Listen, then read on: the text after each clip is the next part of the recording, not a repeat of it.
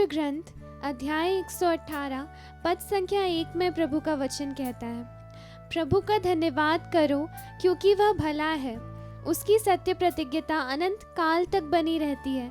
आइए उसकी स्तुति करते हुए हम कहें हालेलुया, हालेलुया। प्रभु यीशु की स्तुति हो, प्रभु यीशु की स्तुति हो, प्रभु यीशु को धन्यवाद, प्रभु यीशु को धन्यवाद। प्रभु यीशु के पिता, हमारे प्रेमी पिता ईश्वर की स्तुति करते हुए आइए हम कहें, पिता ईश्वर की स्तुति हो, पिता ईश्वर की स्तुति हो, पिता ईश्वर को धन्यवाद, पिता ईश्वर को धन्यवाद। आइए हम पवित्र आत्मा की स्तुति करते हुए कहें, पवित्र आत्मा की स्तुति हो, पवित्र आत्मा की स्तुति हो, पवित्र आत्मा को धन्यवाद, पवित्र आत्मा को धन्यवाद। प्यारे विश्वासियों, हमारे पापों के कारण हम सर्वनाश के योग्य थे, परंतु हमारा ईश्वर हमें सर्वनाश से बचाता है। जो दंड हमारे नाम पर लिखा था वो दंड खुद स्वीकार करने वाला ईश्वर है। हमारी सारी स्तुति प्रशंसा, हम चाहे कितना ही प्रभु को धन्यवाद दें, वह भी उसके उपकारों के लिए काफ़ी नहीं है। परंतु फिर भी आइए हम इस क्षण में अपनी सारी शक्ति से, अपने सारे हृदय से, अपने सारे शब्दों में इस गीत को गाते हुए प्रभु को धन्यवाद दें। यीशु तेरे करीब आने से जिंदगी मेरी बदल गई। यीशु तेरे करीब आने से जिंदगी मेरी बदल गई। यीशु तेरे छूने से जिंदगी मेरी संवर गई। तूने मुझे है बचाया, तूने मुझे सहलाया, तूने मुझे है बचाया, तूने मुझे सहलाया। धन्यवाद करता हूँ, मैं धन्यवाद करता रहूँगा। यीशु धन्यवाद करता रहूँगा, मैं धन्यवाद करता रहूँगा। यीशु धन्यवाद करता रहूँगा। धन्यवाद, धन्यवाद, धन्यवाद, धन्यवाद, धन्यवाद, धन्यवाद, धन्यवाद, धन्यवाद। प्यारे विश्वासियों, जैसे हम पवित्र शुक्रवार के करीब आ रहे हैं, हम ये महसूस कर पा रहे हैं कि चाहे हमारा पाप कितना ही बड़ा क्यों ना हो, प्रभु का प्रेम, उसकी दया उससे कहीं ज़्यादा अधिक बड़ी है, कहीं अधिक महान है। चाहे हमारे पापों की गिनती ना हो, परंतु प्रभु की क्षमा उससे कहीं अधिक महान है। प्यारे विश्वासियों, जिस प्रकार पवित्र सुसमाचार में उड़ाऊ पुत्र खुद पर निर्भर रहना चाहता था, वह चाहता था कि सारी संपत्ति समय से पहले उसके पिता उसके नाम कर दें। उसी प्रकार कई बार हम भी खुद पर निर्भर रहना चाहते हैं। कई बार हम ईश्वर का साथ छोड़कर खुद पर निर्भर रहते हुए अपने निर्णय खुद लेना चाहते हैं। हम उससे खुद दूर रहना चाहते हैं, हम उससे जानबूझकर दूर चले जाते हैं। हम एक खोई हुई भेड़ की तरह हम दुनिया के जालों में फंस जाते हैं, परंतु हमारा प्रभु एक भले चरवाहे की तरह उन 99 भेड़ों को छोड़कर उस एक भटकी हुई भेड़ के पीछे आता है। जब वह भेड़ उससे मिल जाती है तो वह उस भेड़ को सहलाते हुए, उसे उन बंधनों से मुक्त करते हुए अपने साथियों से कहता है, मेरे साथ आनंद मनाओ क्योंकि मैंने अपनी भटकी हुई भेड़ को पा लिया है। Hallelujah, hallelujah.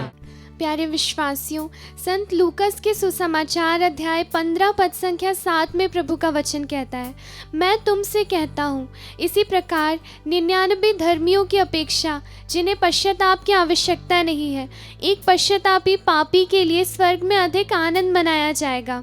प्यारे विश्वासियों, यदि हम सोच कर देखें तो कौन पापियों के लिए आनंद मनाता है? कौन ऐसा राजा है जो पापियों के मन परिवर्तन पर आनंद मनाता है? परंतु स्वर्ग में हमारे पिता ईश्वर के राज्य में जब एक पापी अपना पाप छोड़कर अपने जीवन को बदल कर जब प्रभु के पास जाता है तो पूरा स्वर्ग उसके लिए आनंद मनाता है और हम उसी राज्य के अधिकारी हैं। प्रभु यीशु के क्रूस पर मरण के द्वारा हम उसी के अधिकारी बन चुके हैं। आइए हम इस गीत को गाते हुए फिर प्रभु के सभी उपकारों के लिए उसे धन्यवाद दें। मैं जो पापों में डूबा हुआ था और जो तुझसे दूर हुआ था, मैं जो पापों में डूबा हुआ था और जो तुझसे दूर हुआ था, तूने मुझे है छुड़ाया, अपनी राह पर चलाया, तूने मुझे है छुड़ाया, अपनी राह पर चलाया।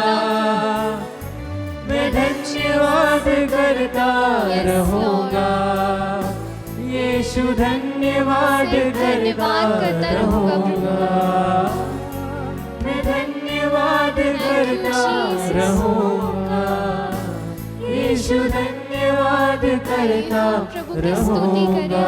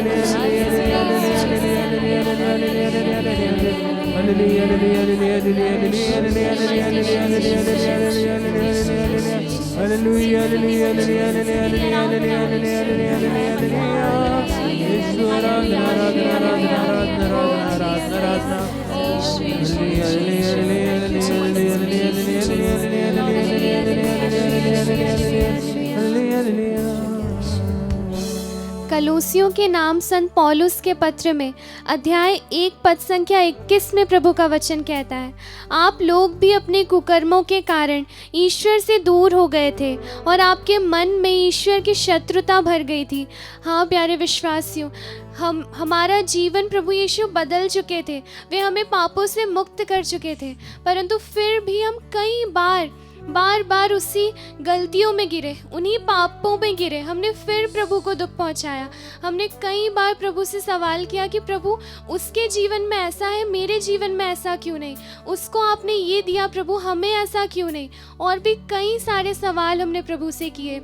हमने हमारा जीवन पूरी तरह से पापों में डुबा लिया। हम जिस प्रकार उड़ाऊ पुत्र सुअरों के साथ जीवन जीता था, उनका भोजन खाता था, उसी प्रकार हम भी अपने पापों के कारण सुअरों के भांति जीवन बिताते थे, सुअरों का भोजन खाते थे। परंतु फिर हमें होश आया। जिस प्रकार उड़ाऊ पुत्र होश में आने के बाद यह समझ पाता है कि उसके पिता के राज्य में कितनी भरपूरी से उनके नौकरों को भी खाना मिलता था, वह लौट जाने का निर्णय लेता है, परंतु उसे डर रहता है कि उसके पिता उसे स्वीकार नहीं करेंगे।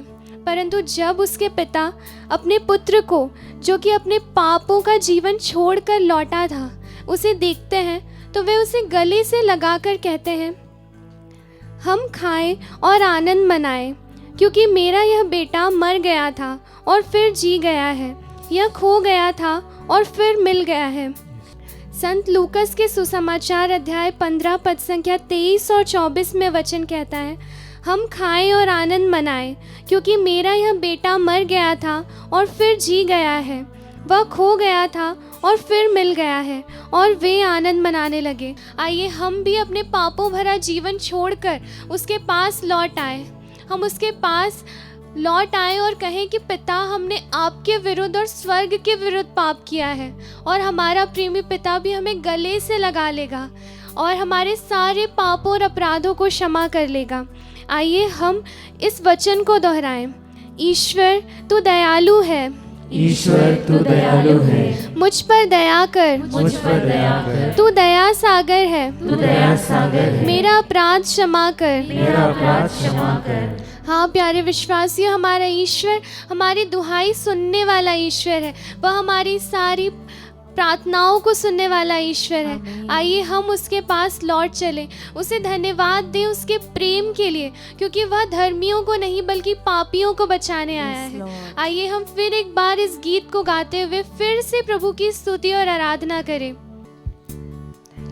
यीशु ने ऐसा प्रेम जताया, मुझको अपना बेटा बनाया। यीशु ने ऐसा प्रेम जताया, मुझको अपना बेटा बनाया। अपना लहू बहाया, जीवन प्रदान करने वाला ईश्वर, जीवन नया दिलाया। आइए हम उसे धन्यवाद दें। अपना लहू बहाया, जीवन नया दिलाया।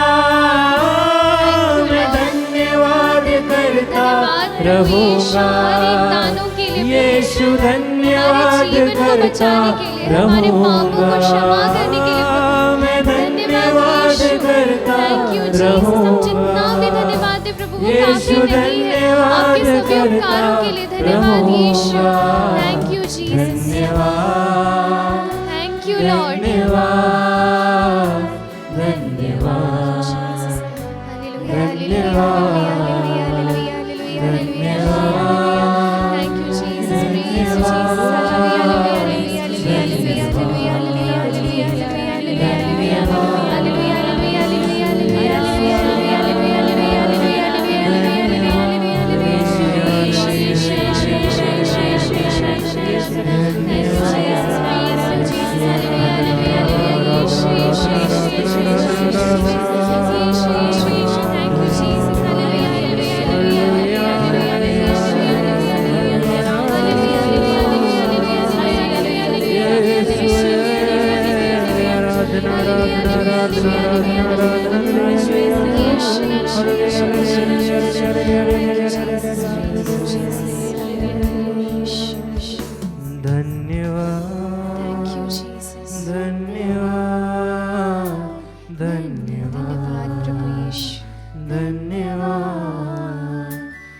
धन्यवाद, धन्यवाद।